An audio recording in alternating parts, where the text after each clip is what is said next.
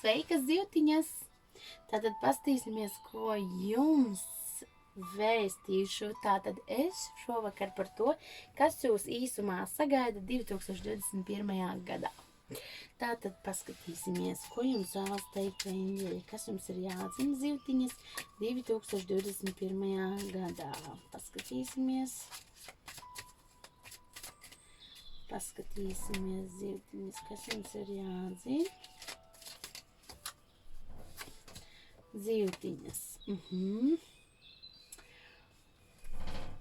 Tātad zivtiņām ir jāatvadās no visa vecā, no bailēm, no jebkurām enerģijām, kas jums nesagādā prieku, ja?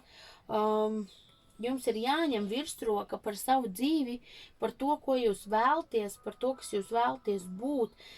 Pietiks, teiksim tā, vai nu kaut kādā veidā sevi žēlot, vai kaut kādā veidā sevi lieki mocīt ar to, ar ko nemaz jums tas nav jādara. Jums ir jābūt tādām mērķiecīgākām nākamā gadā par to, ko jūs vēlties, jo jūs ļoti kavēsieties pagātnē, bet jums tam ir jāpārkāp pāri, dēļ tā vien, lai jūs pašas tiktu tālāk.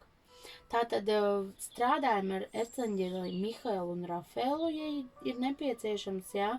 Ja netiekat pašas galā un jūs to jūtat, jo eņģeļi ir jums blakus un palīdzat, teiksim, sev paši ar to, ka jūs ļaujat palīdzēt viņiem, teiksim, jums atbrīvoties no tām bailēm un enerģijām, kas jums nesagādā prieku.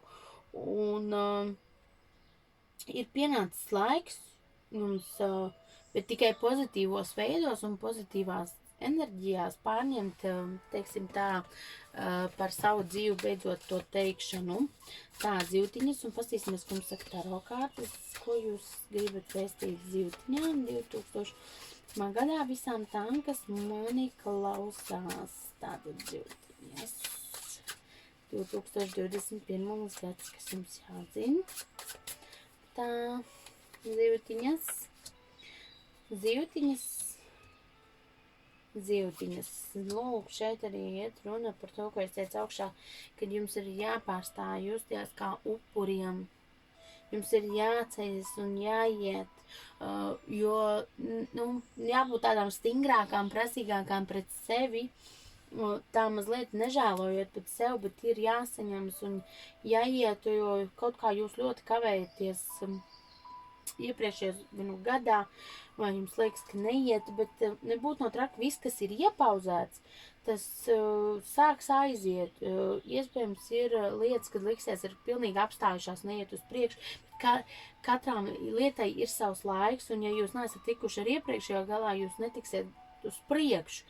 Tāpēc sakārtojam jaunā gadā iesolījam ar tādu ritīgi sevi sapurināšanu, sakārtot visu, lai jūs tiekat uz priekšu. Zivtiņām arī ir sagaidāmi algas pielikumi, paaugstinājumi vai kaut kādas sarunas tātad ar priekšniecību, jā, tātad par finansēm.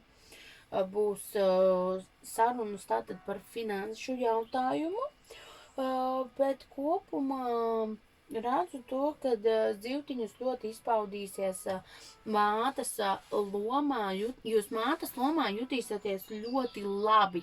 Jūs kā mamma tiešām, jutīsieties piepildīti, tātad kā sieviete, ja, izpildījuši šo te misiju, un ļoti aktuāls jautājums jums tieši būs tātad šī te sievietes misija, šī te mātes misija, savas sievietes misija, kāda jums ir tātad, jā, iespējams, kāda arī no jums kļūs par māmiņu, vai izlems kļūt par māmiņu, izšķirsieties par labu tam, un tādā veidā kopumā jutīsieties tādā ziņā harmoniski, ja, tātad līdzsvarā ar sevi, un par to jums nav jāuztraucās. Kāda varbūt atradīs caur šo te mātes lomu sevī šo te nepieciešamo harmoniju.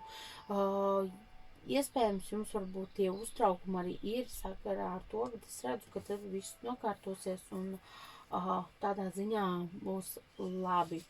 Tas zivtiņas no manis ir viss jums, ja tāds īsumā, bet tas, es saku, ir īsumā. Tātad, ja vēlies individuālo tādu plašāku, tiešām tādu salikumu, ja, tad raksti man uz tātad fortuna@inbox.lv, tas ir mans e-pasts vai Facebook lapā. Fortuna, tātad, jā, raksti man vēstulīti, un tur mēs visu sarunāsim, ko un kā. Paldies jums, manas dzirtiņas, ka klausījāties mani. Lai jums maz raižu jaunajā gadā. Pavadīsim šo te veco tā mierīgi un jauno tātad ar jaunām domām, visu veco prom un jauno iekšā. Lai jums izdodas. Paldies un tā.